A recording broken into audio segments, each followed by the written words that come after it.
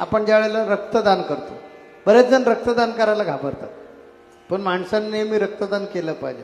दर 3 महिन्यांनी रक्तदान करावं असं काही तज्ज्ञ म्हणतात. मी म्हणेन 6 महिन्यानं करा, पण वर्षातून 2दा तर रक्तदान करा.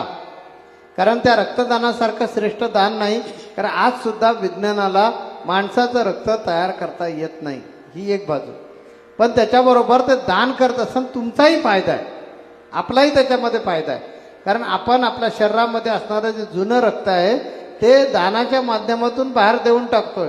म्हणजे काय करतो, आपल्या शरीरातलं जे आजारपण आहे किंवा जे अकार्यक्षम थोडक्यात रक्त झालेलं ते आपण शरीरातून बाहेर काढतो. निसर्गाचा नियम आहे बघा, वादळ केव्हा येतं बघा, की ज्या ठिकाणी कोरडी हवा होते ती हवा मोकळी म्हणजे पोकळी निर्माण होते, कोरडी हवा निघून जाते. निघून गेल्याबरोबर तिथे रिकामे झालेल्या जागेमध्ये बाहेरून तेवढ्याच फोर्सने हवा येते.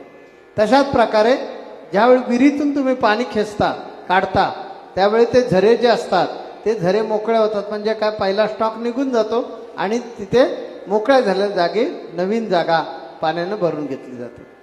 तसं ज्यावेळी आपण म्हणून रक्तदान करावं, जेणेकरून आपल्या शरीरामध्ये नवीन रक्त तयार होतं, नवीन त्याच्यामध्ये पेशी तयार होतात आणि ज्या आपल्याला निरोगी आणि सक्षम बनवतात, तेजोमय बनवतात.